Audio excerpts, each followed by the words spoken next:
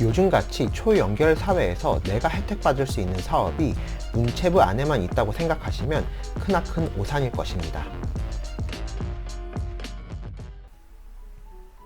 안녕하세요. 예술창업 황금거입니다. 그동안 해외 브이로그와 일상 브이로그로만 인사드리다가 오래간만에 사무실에서 촬영하게 되었습니다.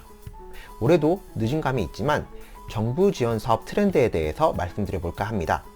이미 공모를 마감한 사업도 있고 진행 중인 사업도 있겠지만 전반적인 트렌드를 분석한다는 내용을 말씀드리려고 하니까요. 그런 취지에서 들어주시면 감사하겠습니다. 오래간만에 사무실에서 촬영하려고 하니까 좀 어색하네요. 2020년까지는 중앙부처에서만 진행한 사업을 2021년부터는 광역지자체와 나눠서 진행을 했습니다. 지방자치라는 시대적 흐름과 각 지역에 맞는 특색이 있는 사업을 실현하기 위한 방향으로 사업이 진행된다는 것을 알 수 있습니다. 그리고 점점 이런 방향으로 갈 것이라고 예상됩니다. 그럼 올해 사업에 대해서 한번 말씀드려 보겠습니다. 2022년 중앙부처와 지자체를 합쳐서 총 94개 기관이 참여하게 되는데요. 작년 31개보다 3배가 넘는 기관이 참여하게 됨에 따라 사업 영역이 점점 다각화된다는 것을 알 수 있으며 대상 사업 수도 작년 247개에서 올해는 378개로 그 수도 대폭 늘어났습니다. 또 중요한 것은 사업 예산인데요.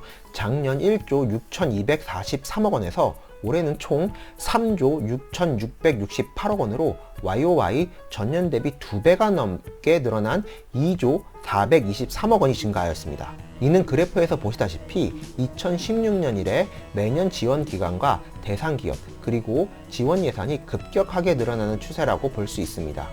지원 기관 수의 증가는 단순히 정량적인 지표만 늘어난 것이 아니라 사업 영역 확장과 세분화가 이루어지고 있다는 것을 알 수 있습니다. 자, 지금까지 창업에 관련된 전체적인 자료를 봤는데요. 이제 우리와 관련이 있는 문화예술 영역의 규모에 대해서 알아보도록 하겠습니다. 중앙부처에서 문화예술을 담당하고 있는 부서가 바로 문화체육관광부인데요. 문체부는 총 14개의 사업수로 예산은 627억 원 정도로 전체 창업 관련 예산의 1.7%를 차지하고 있습니다. 비록 중기부 예산 비율의 90%에 비하면 한참 적은 숫자지만 중앙부처 전체 예산에서 두 번째를 차지하고 있어서 창업 부분에서만큼은 문화예술이 우선순위에 해당된다는 것을 알 수 있습니다. 그럼 작년 대비 얼마만큼 늘어났는지 한번 보겠습니다. 비록 창업 관련 주무부처인 중소벤처기업부 사업수와 예산보다 현저히 낮은 수준이지만 표에서 보시다시피 매년 사업수와 예산이 늘어나고 있는 추세라는 것을 확인할 수 있습니다. 특히 예산은 기하급수적으로 늘어난다는 것을 알 수 있습니다. 물론 문체부 안에서도 문화예술, 스포츠, 관광으로 세분화되고 있고 문화예술 안에서도 음악, 미술, 무용, 문학 등 여러 분야로 나눠져 있어서 각자의 분야에 해당하는 사업은 더 적어질 것입니다. 하지만 제가 여러분들께 말씀드리고자 하는 것은 요즘같이 초연결 사회에서 내가 혜택받을 수 있는 사업이 문체부 안에만 있다고 생각하시면 크나큰 오산일 것입니다. 각 기관의 업무 분장 기준으로 사업을 나누다 보니까 기준이 이렇게 되었는데요.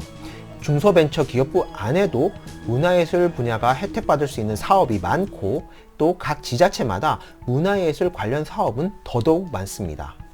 우리가 보통 창업이라고 하면 이미지가 사무실 임대하고 직원 뽑고 공장을 세우거나 혹은 상가에서 카페나 음식점을 차리는 것만 생각하는데 문화예술 관련 창업은 대부분 그렇지 않습니다. 무자본 창업이 가능한 것이 바로 예술 창업입니다. 왜냐하면 제가 그렇게 했기 때문입니다.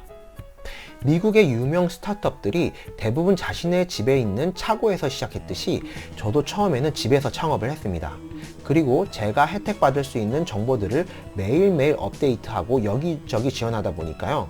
사무실도 처음에는 집에서 그리고 책상만 있는 공유 오피스로 그리고 지금은 이렇게 개인 오피스를 지원받아서 사용하고 있습니다.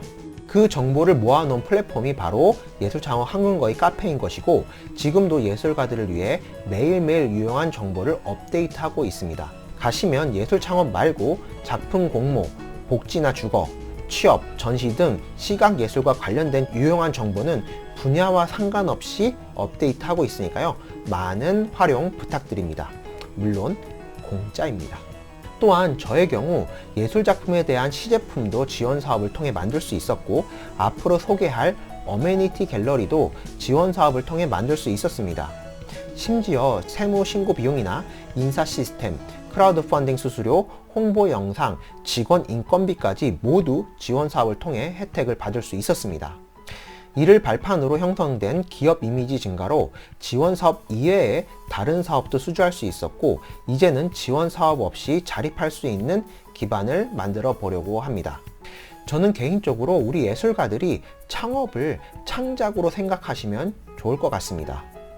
그럼 예술가들이 제안서, 기획서, 지원서를 쓰기가 어렵고 어떻게 쓰는지 모르겠다고 하시는 분들이 많은데요. 요즘 사업기획서 작성 관련 유튜브나 온라인 강의가 많이 나와 있고, 예술 관련 사업기획서는 저도 전에 영상에서 틈틈이 올리고 있었고, 앞으로도 더 자세하게 알려드릴 예정이라서 잘 활용하시면 좋을 것 같습니다. 문화예술과 관련된 지원 사업의 숫자와 예산이 기하급수적으로 늘어나고 있는데, 그 혜택을 그냥 바라만 보고 못 누린다는 것은 매우 안타까운 일입니다. 제가 전부터 영상을 통해 지속적으로 말씀드리고 있는 가치 중심적 사고를 통해 오픈 마인드를 갖춘다면 분명히 길이 열릴 것입니다. 또한 제가 경험하고 있는 여러 추세들을 보면 전반적인 흐름이 이쪽을 향하고 있다는 것을 몇 년 전부터 느끼고 있었고, 그 강도가 점점 세지고 있다는 것 또한 느끼고 있습니다. 지자체에서 전시나 레지던시 사업들이 점점 예술 창업 쪽으로 방향을 돌리고 있고, 미술대학 전공 수업에 창업이나 비즈니스 관련 수업들이 늘어나고 있는 것이 대표적인 사례입니다. 이런 흐름에 능동적으로 대처하지 않고 가만히 있다가 수동적으로 자각할 때쯤이면 그때 후회해도 소용이 없을 것입니다. 미래는 과거부터 현재까지 흐름을 읽고 대비하는 자의 것이라고 생각합니다. 그 흐름을 놓치면 현상 유지가 되는 것이 아니라 도태된다는 사실을 직시해야 합니다. 세탁기가 발명이 됐는데 빨래방망이를 계속 만들 수 없으며, 자동차가 만들어졌는데 마차의 말에게 계속 여물을 줄 수 없는 노릇입니다. 세탁과 운송이라는 가치는 변함이 없지만 그 구현 방식이 시대의 흐름에 맞게 아니면은 과학의 발전에 따라 바뀌듯이, 우리 예술도 그 가치에 대한 표현 방식이 시대의 흐름에 따라 바뀌어야 할 것이고, 그 시기가 바로 지금이라는 것입니다. 우리 예술 분야도 사회적으로 각광받는 다른 분야들처럼 더 이상 배고픈 예술이 아닌 경제적으로 아무 걱정 없이 창작에만 몰두할 수 있는 시대를 충분히 만들 수 있다고 생각합니다. 사회가 바뀌지 않으면 우리가 먼저 바뀌어야 합니다. 작품 활동과 더불어 마케팅과 브랜딩까지 관심을 기울이고 차근차근 배운다면 이러한 문화예술의 인식도 바뀔 수 있다고 생각합니다. 그러기 위해서 저도 함께 노력하겠습니다. 여러분들도 예술창업 황금거의 카페 가입과 유튜브 채널에 좋아요, 구독, 알림 설정으로 함께 해주시기 바랍니다. 우리도 할 수 있습니다. 감사합니다.